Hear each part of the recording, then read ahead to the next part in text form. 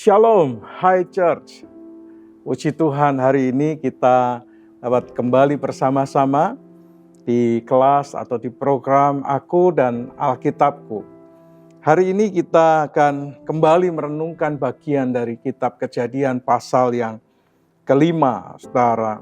Nah, kalau minggu yang lalu kita belajar tentang mati dan hidup, di mana umur manusia tidak lagi mencapai 900 tahun lebih seperti yang terjadi pada diri Adam, yang seperti terjadi pada diri Metusala, orang yang dianggap paling tua di dunia. Umurnya 969 tahun. Manusia belum ada yang mencapai 1000 tahun usianya. Tapi kemudian manusia ditetapkan usianya tidak mencapai 900, hanya 120 tahun saja. Nanti kita akan melihat bagian-bagian itu, tetapi hari ini kita akan kembali melihat Kejadian pasal 5, saudara, Kejadian pasal 5, tapi kita coba akan fokus kepada ayat yang ke-29, 28, dan 29, saudara. Kita akan melihat dari orang lain, ya. Kita lihat dari sekian banyak keturunan atau silsilah dari Adam, kita akan fokus kepada Lameh, saudara. Tapi sebelumnya mari kita berdoa. Kami mengucap syukur Tuhan, terima kasih untuk kesempatan pada hari ini kami kembali mengikuti program Aku dan Alkitabku dari GCIC. Dan kiranya melalui program ini semangat, gairah kami mencintai firman Tuhan tumbuh kembali di dalam hati kami, dalam hidup kami. Karena tanpa firman-Mu Tuhan, kami mungkin akan tersesat, kami hidup di dalam kehidupan yang mungkin menyimpang jauh dari apa yang Tuhan kehendaki. Tapi bersama dengan firman-Mu, kami akan berjalan di dalam terang, karena firman-Mu bagaikan pelita bagi kaki kami, terang bagi jalan kami. Ya Roh Kudus, iluminasikan firman-Mu ini dalam kehidupan kami. Di dalam nama Tuhan Yesus kami berdoa. Amin. Puji Tuhan. Nah, saudara, selain Henoh, saudara, ya, Henoh disebut sebagai orang yang bergaul karib dengan Tuhan, yang hidup benar di dalam Tuhan. Orang kedua yang menarik untuk diperhatikan adalah Nuh, saudara. Nah, dua orang ini, Nuh dan Henoh, adalah dua orang yang telah menarik perhatian Tuhan karena hidup mereka, karena iman mereka kepada Tuhan. Nah, coba lihat ayat 28 dan 29, ya, saudara, ya. Setelah Lameh hidup 182 tahun, ia memperanakkan seorang anak laki-laki dan memberi nama Nuh kepadanya. Katanya, anak ini akan memberi kepada kita penghiburan dalam pekerjaan kita yang penuh susah payah di tanah yang telah terkutuk oleh Tuhan. Nah, saudara, Lameh itu dikatakan memperanakkan seorang anak laki-laki pada waktu usianya mencapai 182 tahun. Kalau saudara perhatikan nanti silsilah dari keturunan Adam yang merujuk kepada Abraham dan seterusnya, maka saudara akan menemukan bahwa tidak semua keturunan Adam itu menikah di usia yang muda, lalu kemudian memiliki anak di usia yang muda. Ada beberapa orang yang disebutkan oleh Alkitab, ketika dia berusia 30 tahun, dia sudah punya anak. Ada orang yang berusia 32 tahun, dia sudah punya anak. Tetapi menarik karena Lameh ini baru memiliki anak, itu 182 tahun.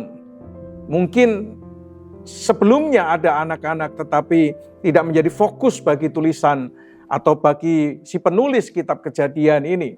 Tapi penulis kitab Kejadian lebih fokus kepada Nuh. Oleh karena itu mungkin sebelumnya Lameh sudah punya anak, tetapi khusus untuk ketika Nuh lahir, maka dicatat Lameh memperanakkan seorang anak laki-laki pada usianya 182 tahun. Nah, ini menunjukkan apakah sebelumnya hanya anak-anak perempuan? Ya, Alkitab tidak menjelaskan, sehingga kalau Alkitab tidak menjelaskan, ya kita tidak bisa berandai-andai atau ya mencoba mencari sesuatu yang tidak ada. Anggaplah bahwa sebelumnya Lameh punya anak-anak perempuan tapi belum punya anak laki-laki. Baru pada usia 182 tahun dia memiliki seorang anak laki-laki. Tapi bisa jadi 182 tahun dia belum punya anak. Dan baru dia punya anak, seorang anak laki-laki ketika dia berusia 182 tahun. Nah, anak laki-laki yang lahir dalam kehidupannya ketika dia berusia 182 tahun itu diberi nama Nuh, saudara. Diberi nama Nuh, Noah. Entah apa yang dipikirkan oleh Lameh ketika ia memberi nama anaknya itu dengan nama Nuh, saudara. Tetapi melalui nama yang ia berikan kepada anaknya ini, ia mengharapkan beberapa hal. Jadi ketika anaknya lahir diberi nama Nuh, karena dia mengharapkan sesuatu, mengharapkan hal-hal terjadi dalam hidupnya, tentu hal-hal yang baik atau hal-hal yang positif. Nah, apa kira-kira yang diharapkan? Di ayat 29 yang tadi kita sudah baca bersama-sama, dikatakan begini, anak ini akan memberi kepada kita satu penghiburan dalam pekerjaan kita yang penuh susah payah di tanah yang terkutuk oleh Tuhan ini. Jadi dia mengharapkan sebuah perubahan dalam hidup yang susah, dalam hidup yang penuh penderitaan, supaya dia menemukan penghiburan. Dan melalui anak ini, saudara, Tuhan Lameh mengharapkan terjadi perubahan dalam kehidupannya. Apa itu? Mendapatkan penghiburan dalam pekerjaan yang dikerjakan dengan penuh susah payah. Mendapatkan penghiburan dari pekerjaan yang dihasilkan dari tanah yang telah dikutuk oleh Tuhan. Jadi itulah harapan Lameh ketika Nuh itu lahir. Nah, saudara, inilah pernyataan iman Lameh sebetulnya. Jadi ketika anaknya lahir, dia menyampaikan seperti sebuah nubuatan. Dan nubuatan itu diucapkan dengan ucapan iman. Karena itulah dia inginkan anaknya ini menjadi titik tolak perubahan dalam hidup keluarga mereka. Saudara, Lameh ini kelihatannya dia sadar bahwa bekerja dengan susah payah pun tidak akan menghasilkan suatu hasil yang baik. Suatu hasil yang berlimpah-limpah dari tanah yang dia kerjakan. Kenapa?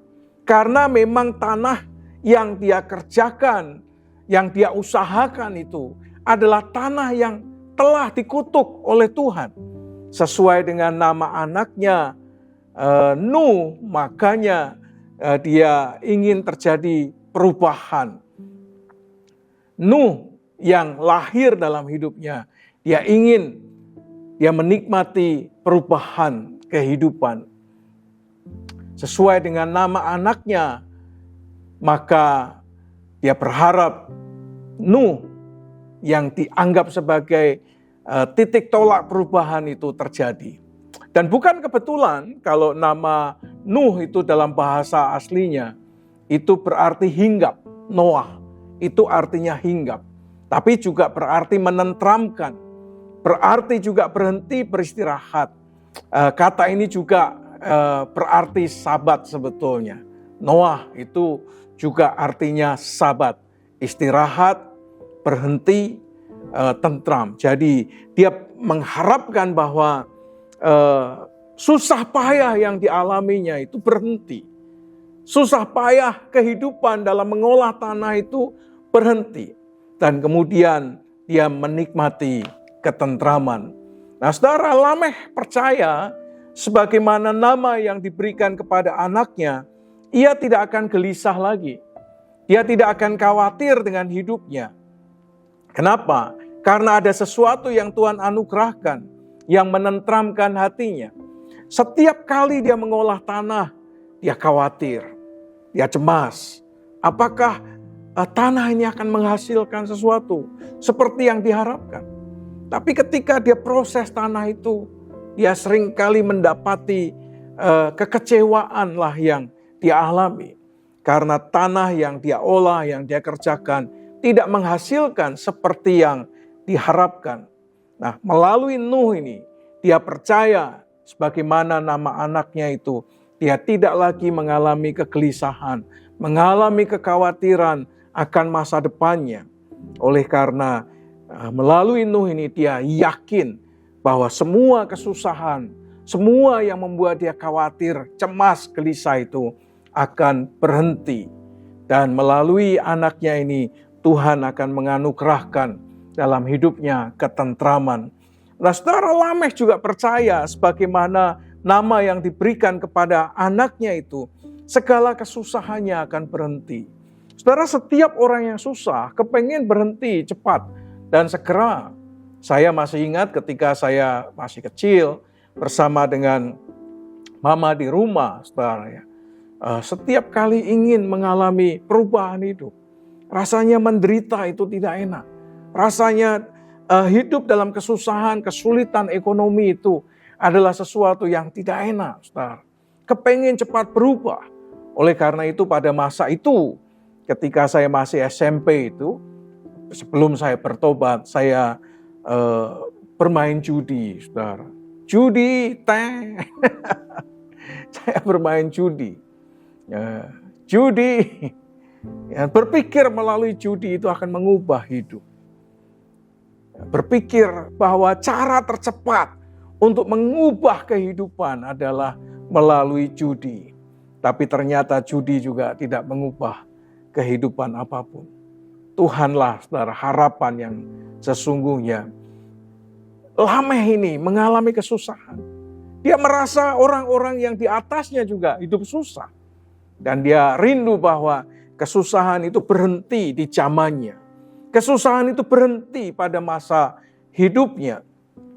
Segala kesusahannya berhenti. Tapi bagaimana cara menghentikan kesusahan itu? Ada banyak orang ingin menghentikan kesusahan dengan cara-cara yang tidak sehat. Seperti saya dengan cara judi, dengan cara korupsi, dengan cara mencuri, dengan cara merampok, dengan cara menipu dan sebagainya. Ya, ingin kesusahannya berhenti, tetapi cara yang dipakai adalah cara-cara yang juga tidak dikehendaki oleh Tuhan. Tapi Lamekh ini berbeda. Ketika Nuh lahir, dia melihat ada sesuatu yang beda. Ada tanda pada anak ini, bahwa anak ini akan membawa perubahan dalam hidup mereka. Oleh karena itulah, dia rindu dengan kelahiran anaknya ini, dia mengalami kelimpahan, kesusahannya berhenti karena anugerah Tuhan, karena berkat Tuhan, karena rahmat Tuhan. Dan yang ketiga juga, Lamekh ini percaya sebagaimana nama yang diberikan kepada anaknya, Tuhan akan memberikan kepadanya istirahat. Tuhan akan memberikan kepadanya ketentraman, istirahat dari semua kesusahan, istirahat dari segala pekerjaan yang sia-sia, berhenti, saudara. Selama hidupnya dia mengerjakan sesuatu yang sia-sia. Tetapi ketika Nuh lahir, maka dia mendapatkan sesuatu yang tidak lagi sia-sia. Kalau saudara membaca kitab Pengkhotbah, maka di dalam kitab Pengkhotbah itu diceritakan tentang kesia-siaan. Segala sesuatu itu sia-sia. Ketika saudara tidak berjumpa dengan hikmat itu, saudara tidak berjumpa dengan Tuhan, maka segala sesuatunya sia-sia. Dan Lamekh sadar itu, bahwa semua apa yang dia kerjakan adalah sia-sia, karena dia mengerjakan di tanah yang telah terkutuk. Tetapi ketika anaknya lahir, dia tahu bahwa inilah momentum, inilah saatnya bahwa semua kesusahan itu akan berhenti. Tapi ini juga merupakan sebuah nubuatan sebetulnya. Nubuatan tentang apa? Saudara kalau baca nanti di Kejadian pasal 6, saudara akan membaca tingkat kejahatan manusia itu semakin hari semakin jahat. Semakin hari tingkat kejahatannya semakin super. Semakin luar biasa, saudara. Dan itu juga membuat susah.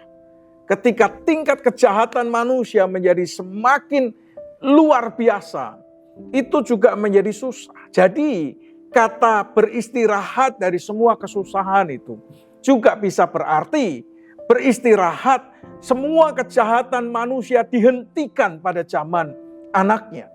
Semua kejahatan itu stop, berhenti pada zaman anaknya.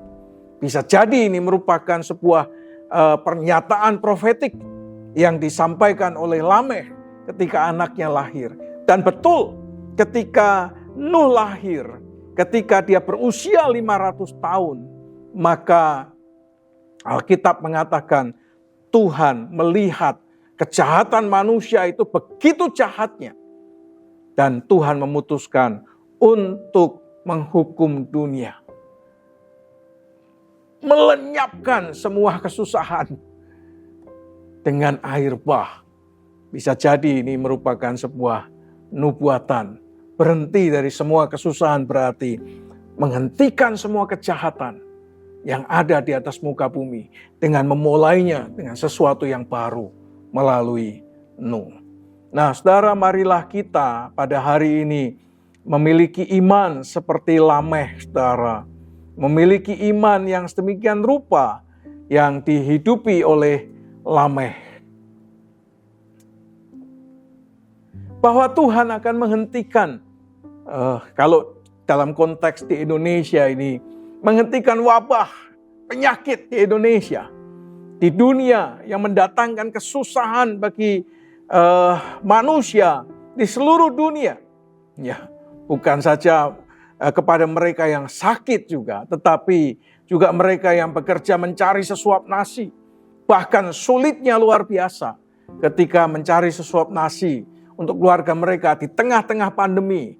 Ingat ketika tahun 2020, ya, bulan Maret, bulan April, Mei, pemerintah membuat peraturan untuk dilaksanakan PSBB. Maka terjadi penutupan di mana-mana. Orang tidak bisa keluar, orang tidak bisa berjual beli, orang tidak bisa melakukan apapun.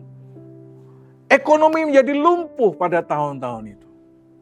Dan kita berdoa supaya Tuhan menghentikan wabah ini. Seperti iman yang dimiliki oleh Lameh. Demikianlah kiranya iman kita. Tuhan menghentikan wabah atas Indonesia. Puji Tuhan hari-hari ini wabah di Indonesia, khususnya dengan COVID ini, lambat laun menjadi mulai dilupakan oleh manusia, oleh kita. Sehingga mal mulai dibuka, orang tidak lagi dipaksa menggunakan masker, orang tidak lagi dipaksa menunjukkan bukti bahwa dia sudah divaksin dan sebagainya. Dan itu terjadi dalam perjalanan, bahkan di pesawat, di kereta, di bus, di mall, dan sebagainya.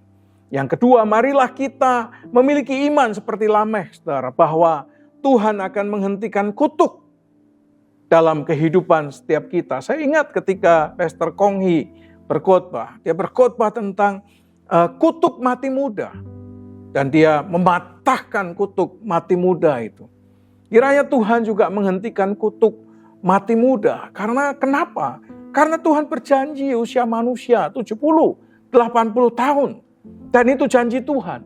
Tuhan juga berjanji untuk tidak menurunkan penyakit manapun yang pernah dia turunkan di Mesir. Dan dia berjanji menjadi Tuhan yang menyembuhkan. Jadi kutuk mati muda ini perlu dipatahkan, menghentikan kutuk sakit penyakit, termasuk wabah yang sedang kita hadapi, yang mendatangkan kesusahan bukan untuk satu keluarga, tetapi bahkan seluruh bangsa, membuat mereka menderita, mereka sakit, dan keluarga mereka terpisah, membuat usaha dan pekerjaan menjadi lumpuh dan semakin sulit. Mari kita punya iman bahwa Tuhan menghentikan semua kutuk. Bahkan kutuk-kutuk kemiskinan sekalipun dipatahkan, dihentikan. Yang ketiga, mari kita belajar, saudara, menjadi generasi yang sadar seperti Lameh. Generasi yang sadar apa? Saya seringkali mendengar tentang sadar kamera, begitu ya. Sebetulnya mau difoto secara candid, tapi karena sadar kamera jadi dia bergerak melihat tempat orang yang memfoto itu. Sadar kamera, ini tidak bicara tentang sadar kamera, tapi sadar seperti Lameh, ya, sekalipun sepertinya tidak ada tempat untuk kita berharap, tetapi di dalam Tuhan segala sesuatu itu mungkin. Di dalam Tuhan tidak ada perkara yang mustahil. Di dalam Tuhan ada pengharapan. Di dalam Tuhan ada harapan. Karena Dia mampu melakukan segala perkara, bahkan jauh melampaui dari apa yang kita pikirkan, yang kita doakan, yang kita harapkan. Manusia tidak sanggup melakukannya, tetapi Tuhan sanggup mengerjakannya. Nah, kalau kita lihat Nuh, maka Nuh itu merupakan generasi ke-10. Kalau kita lihat catatan ya, generasi 10 dari Adam sebetulnya, tapi generasi ke-9 dari Set. Jadi kalau kita hitung itu urutannya adalah Nuh itu adalah generasi ke-10. Ada yang mengatakan Nuh itu generasi ke-10 dari Set. Tapi kalau kita hitung secara manual, dari Adam itu generasi ke-10. Kalau dihitung dari Adam, 10. Tapi kalau dari Set itu 9. Itu hitungan manual. Tapi ada catatan yang mengatakan generasi ke-10. Ya, nanti kita coba hitung manual lagi, secara manual lagi. Nah, generasi yang sebetulnya merupakan generasi yang sulit. Kenapa disebut sebagai generasi yang sulit? Karena di zaman inilah puncak kejahatan manusia itu mencapai puncaknya. Wow. Pada zaman Nuh inilah manusia mencapai puncak kejahatannya. Sehingga membuat Tuhan mengambil keputusan untuk membinasakan manusia dengan air bah. Inilah yang tadi saya katakan bahwa bisa jadi nubuatan Lameh yang mengatakan berhenti dari semua kesusahan, beristirahat dari semua kesusahan. Itu berarti Tuhan menghentikan kesusahan yang sesungguhnya, yang berhubungan bukan dengan materi, yang bukan berhubungan dengan tanah, tetapi berhubungan dengan kejahatan manusia. Dan pada zaman Nuh inilah Tuhan menghentikan sungguh-sungguh. Tidak ada satupun manusia yang hidup kecuali Nuh dan keluarganya. Nah, saudara, saya tidak mau mengandaikan bahwa COVID-19 ini bagaikan air bah pada masa Nuh hidup. Walaupun jutaan orang binasa karena wabah ini. Tetapi saya tidak akan menghubungkan, kalau di zaman Nuh air bahnya berupa air, zaman sekarang air bahnya berupa sakit penyakit. Saya tidak ingin mencoba untuk membandingkan hal yang seperti itu. Di mana itu berarti inilah zaman di mana puncak kejahatan manusia mencapai puncaknya. Kalau saya mengatakan bahwa wabah ini adalah air bah seperti pada zaman Nuh. Berarti pada zaman ini puncak kejahatan manusia. Saya tidak akan mengatakan demikian. Mengapa demikian? Karena Tuhan telah berjanji bahwa Dia tidak akan membinasakan manusia seperti pada zaman Nuh. Saudara bisa baca itu di dalam Kejadian pasal 8 ayat 21 sampai 22. Nanti kita akan sampai ke sana sebetulnya. Kejadian 8 ayat 21 sampai 22, Tuhan berjanji tidak akan membinasakan manusia seperti yang dilakukannya pada zaman Nuh. Alkitab mengatakan begini, saudara, ketika Tuhan mencium persembahan yang harum itu, ini Kejadian 8 ayat 21 dan 22, berfirmanlah Tuhan di dalam hatinya, aku tak akan mengutuk bumi ini lagi karena manusia. Sekalipun yang ditimbulkan hatinya adalah jahat dan dari sejak kecilnya. Dan aku tak akan membinasakan lagi segala yang hidup seperti yang telah kulakukan. Selama bumi masih ada, tak akan berhenti-henti musim menabur dan menuai, dingin dan panas, kemarau dan hujan, siang dan malam. Jadi jelas, saudara, Tuhan tidak akan membinasakan manusia seperti pada zaman Nuh. Jadi jangan pernah menganggap bahwa matinya banyak orang di masa-masa pandemi, di beberapa waktu yang lampau adalah karena Tuhan ingin membinasakan bumi. Tidak, karena itu bertentangan dengan janjinya kepada Nuh dan kepada umat manusia yang hari ini bisa membaca janji Tuhan itu. Selama bumi masih ada, takkan berhenti-henti musim menabur dan menuai, dingin dan panas, kemarau dan hujan, siang dan malam, saudara. Oleh karena itulah, saudara, saya yakin bahwa pandemi yang kita alami ini tidak akan menjadi seperti air bah pada zaman Nuh yang melenyapkan semua makhluk hidup di atas bumi, kecuali Nuh dan keluarganya. Ada orang yang menghubungkan COVID ini dengan akhir zaman. Bolehlah orang menghubungkan dengan banyak hal seperti yang kita dengar hari ini. Tapi saya tidak akan menghubungkan hal-hal seperti itu sebagaimana yang kita dengar. Alkitab mengatakan kepada kita, Nuh itu memiliki iman seperti pendahulunya. Siapa? Bukan Lameh, tetapi Henokh, nenek moyangnya di atas Lameh. Henokh yang menjadi orang yang bergaul karib dengan Tuhan pada zamannya. Orang yang kemudian diwarisi imannya oleh Nuh. Kalau saudara melihat Ibrani 11 ayat yang ke-7, di sana dikatakan, Ibrani 11 ayat yang ke-7 mengatakan demikian. Karena iman. Ya. Jadi Nuh itu melakukan semuanya bukan karena dia mau, tetapi karena iman, saudara.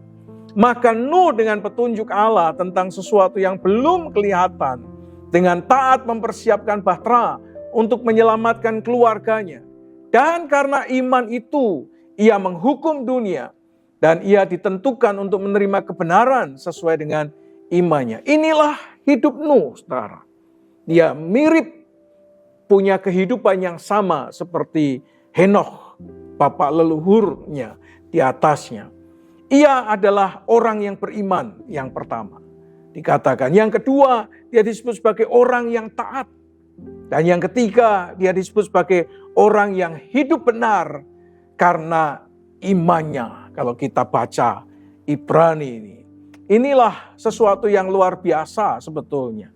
Kenapa disebut sebagai hal yang luar biasa, saudara? Karena Nuh ini hidup di tengah-tengah orang yang hampir semuanya jahat di mata Tuhan.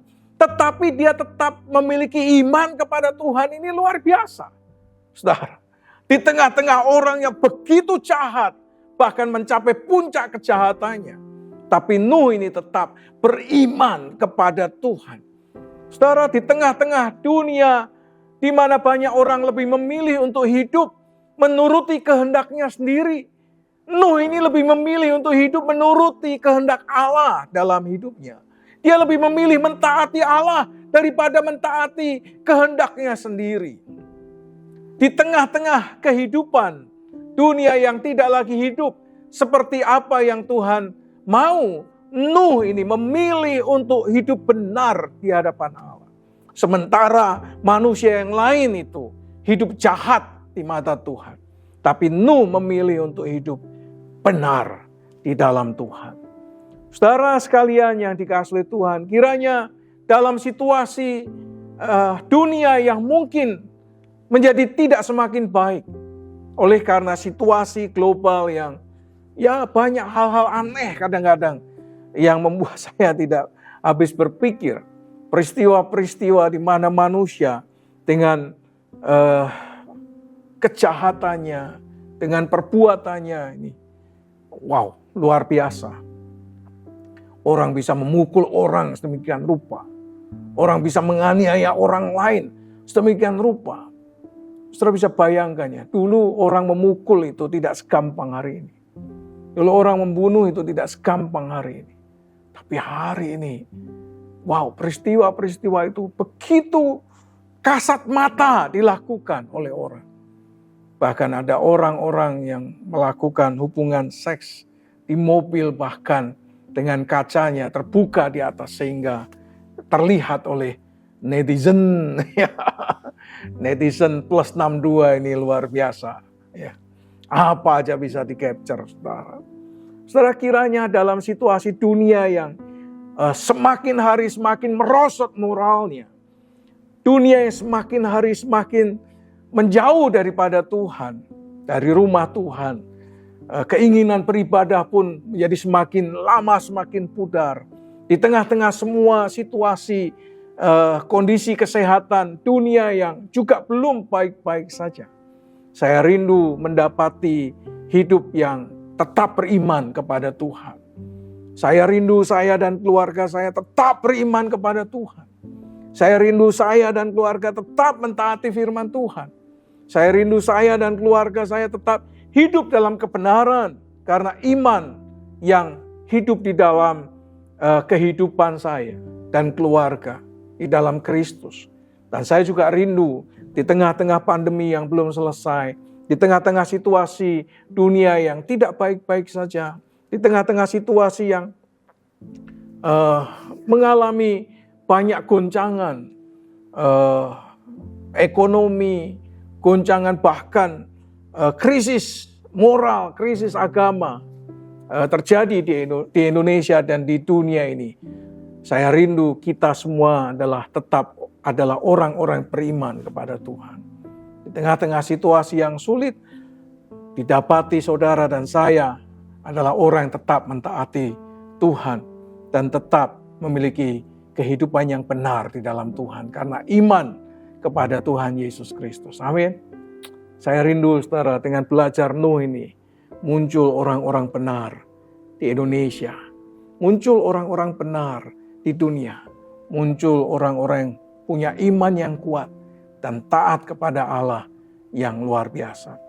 Tumbuh 1, 2, 3, 4, 5, 6, 7. Kalau itu menular, maka dunia ini akan dipenuhi dengan 1 orang beriman, 2 orang yang taat kepada Allah, 3 orang yang hidup dalam kebenaran.